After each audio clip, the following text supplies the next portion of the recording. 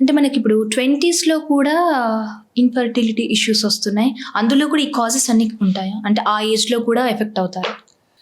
Infertility సమస్య actually ఇప్పుడు మేము చాలా రీసెంట్‌గా చూస్తున్న ట్రెండ్ అంటే చాలా యంగర్ విమెన్ కూడా చాలా డిఫికల్టీ ఫేస్ చేస్తున్నారు కన్సీవ్ కావడానికి. So maybe the identified reasons ఏంటి అంటే ఎండోక్రైన్ డిస్రప్టింగ్ కెమికల్స్ అంటాం. మనం తినే ఫుడ్‌లో, మనం పీల్చే గాల్లో everywhere there are endocrine disrupting chemicals. Basically ప్లాస్టిక్‌లో ఉన్న ఫుడ్ తినడం, మోర్ మైక్రో ప్లాస్టిక్ కన్జంప్షన్ చేయడం. Maybe that is the reason అయ్యి ఉండొచ్చు అని lot of research is going on. But we don't have a proper consensus అనమాట. ఓకే. సో యంగర్ విమెన్‌లో. Okay. అంటే జనరల్‌గా డాక్టర్స్ చెప్తుంటారు. 30స్‌లో పెళ్లి చేసుకోండి. 30స్‌లో పిల్లలు కనండి. సో అప్పుడు న్యాచురల్ ప్రెగ్నెన్సీ వచ్చే ఛాన్సెస్ ఉంటాయని. సో ఇప్పుడు ఈ 20స్‌లో కూడా ఇష్యూస్ వస్తున్నాయంటే వాళ్ళు ఎలాంటి ఫుడ్ తీసుకోవాలి? ఎలాంటిని అవాయిడ్ చేయాలి? దాని గురించి చెప్పండి. ఇది ఇప్పుడు ఫర్టిలిటీ ఇష్యూస్ రాకుండా ఉండాలి అంటే లైఫ్ స్టైల్ ఫస్ట్ సెట్ చేసుకోవాలి. అంటే స్ట్రెస్ ఫ్రీ లైఫ్ స్టైల్. అంటే మెజారిటీ టైం స్ట్రెస్ ఫ్రీగా ఉండడానికి ట్రై చేయాలి. అండ్ ఫుడ్లో natural healthy antioxidant rich diet అనేది తీసుకోవాలి. అండ్ థర్డ్ థింగ్ ఏంటి, as I've said, sleep is more important. Sleep అనేది దానికి డెఫినెట్ టైం కేటాయించాలి. 6 to 8 hours స్లీప్ ఖచ్చితంగా ఉండేలాగా చూసుకోవాలి. అండ్ ఒక పాజిటివ్ అవుట్సెట్ కూడా చాలా ఇంపార్టెంట్. అంటే ఒక పాజిటివ్గా ఆలోచించడం, పాజిటివ్గా ఏదైనా తీసుకోవడం అనేది అలవాటు చేసుకోవాలి. That is also more important అనమాట. Okay. So doctor, hormonal imbalance వల్ల కూడా మనకు ఈ ఫర్టిలిటీ ఇష్యూస్ ఇవన్నీ ఉంటాయి కదా, PCOS.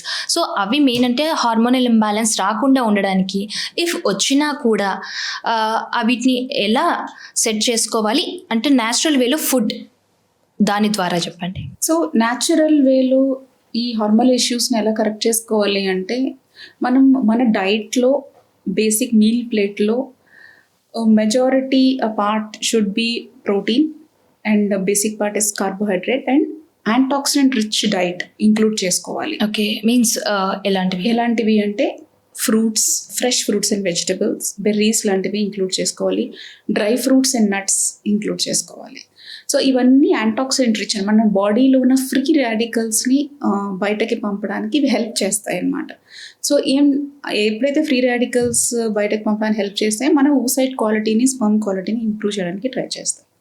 Second thing, alcohol smoking cut down చేయాలి. బికాజ్ రీసెంట్ యంగ్ జనరేషన్లో it is very much higher.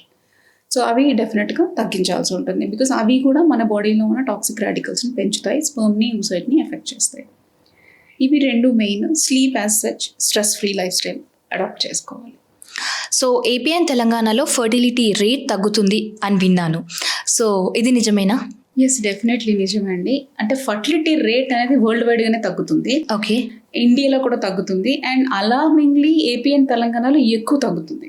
Okay, comparatively elsewhere. Actually fertility rate అంటే ఇది వరకు 1950స్లో అంటే 5 kids per couple ఉండేవారు when it was 1950. Okay. 2025 వచ్చేసరికి 1.9 to 2.1 అంటారు ఫర్టిలిటీ రేట్.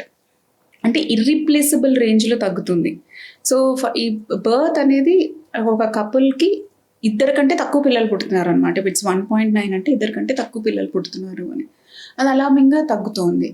సో ఇది ఎందుకు అంటే, యాజ్ వీ హ్యావ్ డిస్కస్, మనం increased age of marriage, increased pollutants around అనమాట, ఎక్కువ exposure to endocrine disrupting chemicals, micro plastics exposure వల్ల, ఇన్ ది లాట్ ఆఫ్ అంటే ఫుడ్లోనే అడల్ట్రేషన్ వల్ల మెనీ రీజన్స్ ఉన్నాయి దీనికి. Okay, yeah. సో డాక్టర్, ఇంకొకటి ఏంటంటే ఈ మధ్యకాలంలో మ్యారేజ్ అవ్వగానే వెంటనే వాళ్ళు కిడ్స్ ప్లానింగ్కి రెడీ ఉండట్లేదు. సో వాళ్ళు కొందరు పిల్స్ వేసుకోవడం, డాక్టర్ సజెషన్స్తో పిల్స్ వేసుకోవడం, లేకపోతే దాన్ని ఎలా అంటే లైక్ కాపర్ టీస్, సో వాటిని యూస్ చేస్తూ ఆ టైంని ఎక్స్టెండ్ చేస్తున్నారు. పిల్స్ కానీ కాపర్ టీ కానీ ఎంతవరకు సేఫ్?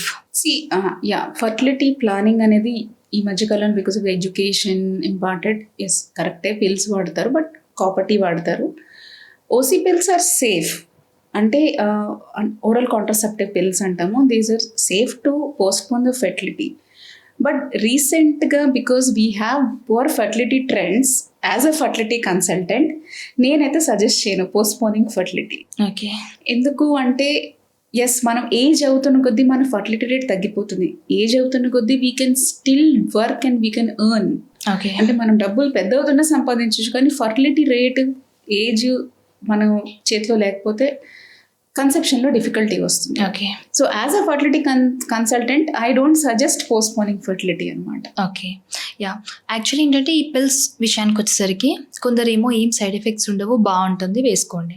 ఇంకొందరు ఏమంటారు, మీరు 2-3 years ఇలా పిల్స్ వేసుకుంటూ వెళ్తుంటే మీరు బాడీకి హార్మోన్స్కి అలవాటు అయిపోతుంది. సో మీరు కావాలనుకున్నప్పుడు అవి హార్మోన్స్ రెడీగా ఉండవు కన్సీవ్ అవ్వడానికి అని కొందరు అంటారు. సో దీని గురించి మీరేం చెప్తారు?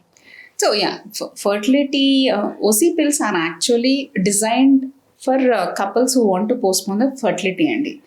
కాకపోతే దానికి కొన్ని కండిషన్స్లో, అంటే బాగా ఒబీస్ ఉన్నవాళ్ళు, ఏదైనా హార్ట్ కండిషన్స్ ఉన్నవాళ్ళు, లివర్లో ఏదైనా ప్రాబ్లమ్స్ ఉన్నవాళ్ళు ఇవి యూస్ చేసినా దాని ఎఫెక్ట్ తక్కువగా ఉంటుందన్నమాట.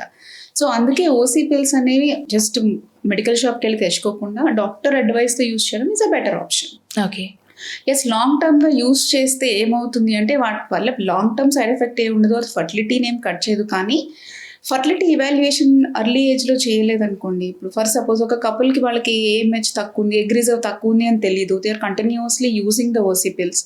సో వాళ్ళ ప్రైమ్ ఏజ్ ఫర్టిలిటీ అనేది మిస్ అయిపోతుంది అనమాట. Okay. That is the reason. Otherwise they అంటే అంత ఫేటల్ సైడ్ ఎఫెక్ట్స్ అయితే డాక్టర్ని కన్సల్ట్ చేసి తీసుకుంటే అయితే పెద్దగా ఏమి ఉండవు.